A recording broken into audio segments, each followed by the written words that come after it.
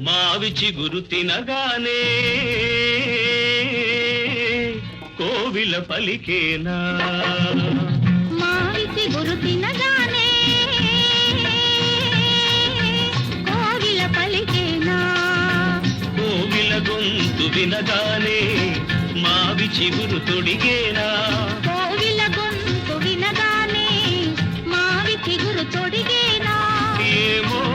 ఏమనునో గాని ఆమని ఈవని